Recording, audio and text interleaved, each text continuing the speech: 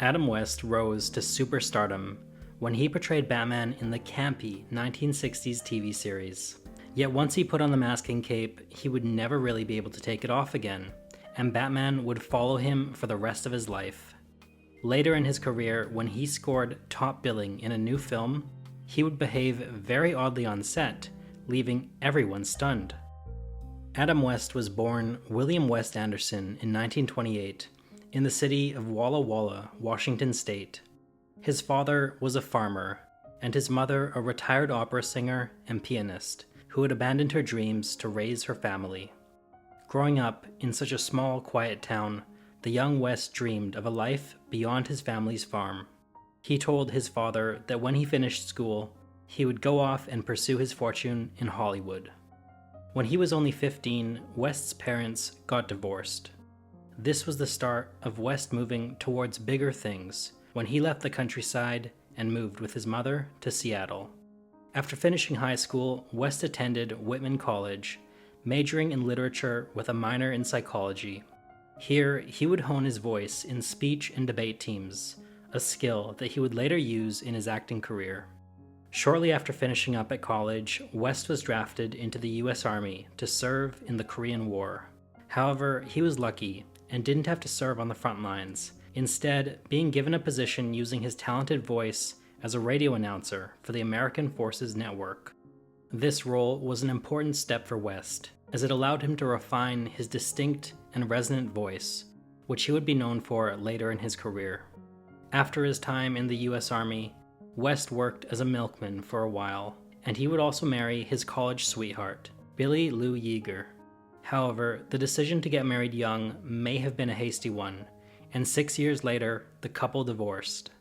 Perhaps needing a change of scenery, West decided to pack his bags and move to Hawaii to chase his dreams of working in television. Hawaii's burgeoning television industry in the 1950s, although modest, offered opportunities for newcomers.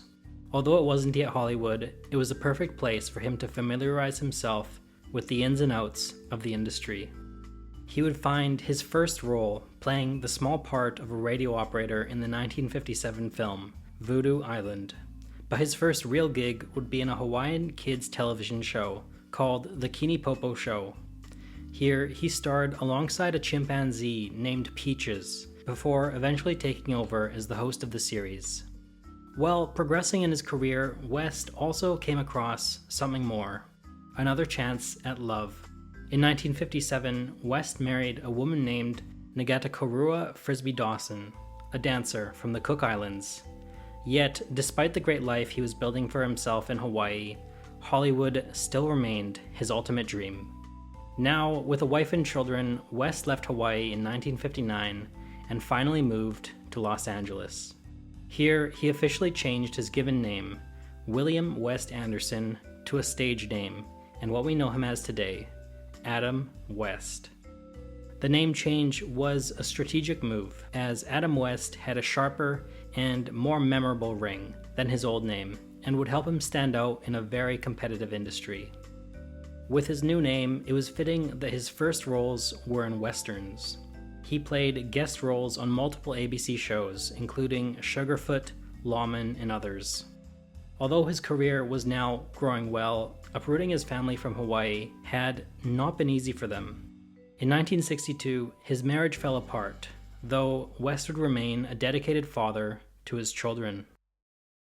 In 1963, West played a minor part in the comedy Soldier in the Rain, and only 1 year later, he played a role in the sci-fi epic Robinson Crusoe on Mars. But in 1964, he landed a big role in the pilot episode of Alexander the Great, starring opposite William Shatner. However, as it turned out, the chemistry between the future Batman and Captain Kirk was actually not great. The historical drama aimed at epic storytelling, but West's reserved performance clashed with Shatner's more theatrical style, leading to a lackluster production. Aside from their chemistry, it turned out that the episode wasn't very good either, and the studio shelved it. Oddly enough, in 1968, both West and Shatner had become big TV stars, and the network decided to cash in on their fame by rehashing the episode into a made-for-TV movie. West, now way past this moment in his career, was not impressed, and later admitted that, quote, "It turned out to be one of the worst scripts I have ever read, and it was one of the worst things I've ever done." While filming the spaghetti western The Relentless Four, West recreated a moment from Batman's origin story. While riding near a cave, he unwittingly spooked a colony of bats that flew out and swirled all around him. Although he didn't enjoy it at the time, later on, he would reflect on this as his bat moment, a sign of his next big career move. While filming a commercial for Nestle Quick, West caught the attention of the producers for an upcoming show, Batman. At 6 feet 2, he was literally the exact same height as the Caped Crusader from the comics. Although it seemed like a trivial detail, it gave him a presence that few others could match. Additionally, his handsome features and ability to balance heroism with self-aware humor made him the perfect fit for producer William Dozier's version of a more colorful and lighthearted Batman. Early episodes of Batman were met with immediate success. The show, which premiered in 1966, became a cultural phenomenon, capitalizing on the 1960s fascination with pop culture and vibrant aesthetics, and making West a household name overnight. The show had a unique format, airing 2 episodes a week with cliffhangers, keeping audiences hooked. The series had bright color, exaggerated villains, and catchy fight scenes that were popular with both children and adults. As well, West had great chemistry with co-star Burt Ward as Robin, which contributed to its appeal. As a result, the studio immediately began planning Batman the movie. However, to reprise his role, West wanted more screen time without the mask, as Bruce Wayne. Although he loved donning the mask in the series, he often felt that he wasn't displaying his full acting potential. He wanted to be seen as a versatile actor, not just a superhero in tights. The studio agreed and the production was on. Batman the movie was released in 1966 and featured Batman and Robin against a team of villains including the Joker, Riddler, Penguin, and Catwoman, with Catwoman having a romantic subplot with Batman. West's Batman was campy and lighthearted. For his part, West didn't try to deny the absurdity of it all. In one scene, Batman punched a quite fake-looking rubber shark. The producers were concerned with the sound the shark made when punched, but West just rolled with it and ended up making one of the most memorable moments in the film. Although West was definitely one for practical effects, on some occasions these were more risky than fun. The Batpole launcher, a device that propelled him up the pole, often caused him actual pain. Pressurized steam shot directly under his cape and sometimes even caused him burns. The Batcycle, the iconic sidecar that Robin rides in, could also be dangerous. Apparently, when jettisoned from the main bike, it didn't always go where it was supposed to go, and on one occasion even flew into a patch of thorn bushes. Although Batman's costume looked cool, in reality it was quite uncomfortable. West often quipped humorously that 2 million silkworms were required to produce it. The attire was very itchy and uncomfortable, and the costume's cowl also restricted his vision, making fight scenes rather challenging. With the release of the film, West and his co-star Ward participated in a tour around New York City on a special bus. The plan was to visit 36 different theaters around the city and meet as many fans as possible. As it turned out, they only made it to 33 theaters, as fans kept swarming the vehicle. Fans of all ages clamored for a glimpse of their beloved hero. However, the Batmania nearly got out of hand when, at one point, they almost tipped over the bus. This frenzy showed just how much cultural impact the show was making. As the success of the Batman series made West a household name, he often struggled with the spotlight. The pressure of fame, as well as the demanding filming schedule, often requiring West to shoot 2 episodes a week, was taking a toll. It wasn't always easy to deal with the instant fame, and he later admitted that there was a lot of drinking and womanizing at this point in his life. Although Batman was a huge hit, by the end of season 3, the show was struggling in the ratings. The producers proposed a shocking plan: get rid of Robin and introduce Batgirl as Batman's new sidekick. West was not happy about the idea and pushed back against the studio. However, in the end, they didn't just get rid of Robin, they cancelled the show altogether. Although West was now no longer playing the Caped Crusader, Batman stayed with him in another way. He was typecast. He tried hard to reinvent himself with his first gig post-Batman, playing a cynical tough guy in the 1969 noir film, The Girl Who Knew Too Much. The film flopped, and it seemed that audiences couldn't get past seeing him as Batman and Batman only. Although his career faltered, West was able to rebound in his personal life when he was married for the third time to fashion designer Marcel Tagandelier. They had 2 children together and would be happily married for over 46 years. She helped him find peace in his life now that he had moved on from Batman.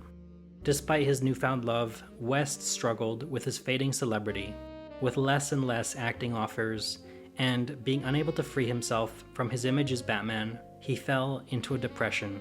To cope, he turned again to the bottle. West was bitter about his diminishing career prospects, convinced that the cape he had donned had ultimately hurt his career. He would eventually come to a realization about his drinking habit, and with the help of his supportive wife, found the strength to pull himself out of the depths of despair. West realized that although his role playing Batman limited some opportunities, on the other hand, it gave him a special place in pop culture history, and that was something to take pride in. A great new opportunity came around when producer Albert Broccoli considered West to play the role of James Bond in the new film, Diamonds Are Forever. Surprisingly, West would turn the role down, insisting it should go to a British actor instead. Now at peace with his Batman alter ego, West embraced it, making public appearances in costume, at events such as county fairs and wrestling matches, even getting shot out of a cannon on one occasion. Although these appearances sometimes came across as gimmicky, they showed his good humor and willingness to connect with the fans. In 1977, the producers of the animated show, The New Adventures of Batman, asked West to return to the role and lend his voice. Although hesitant at first, he returned to the character that had defined his career once again. A little later on, for the 1987 film Zombie Nightmare, although West scored top billing, his cast members would be shocked by his behavior on set. According to reports, he was simply phoning it in. He didn't memorize his lines, often glancing at the script while shooting scenes, and wrapping everything up in only 2 days. It was about as clear an indication as any that he'd lost interest in anything besides being Batman. Although shocking, his lackluster performance was likely a reflection of frustration with low-budget projects that failed to challenge him creatively, as nothing could really reach the highs of his role as Batman.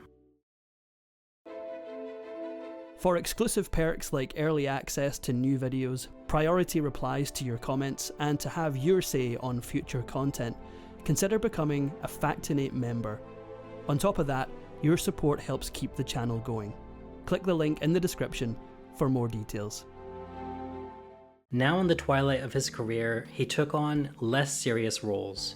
In the kids' show The Fairly Odd Parents, he voiced a version of himself who was convinced he was still a superhero called not Batman, but Catman, and was obsessed with cats.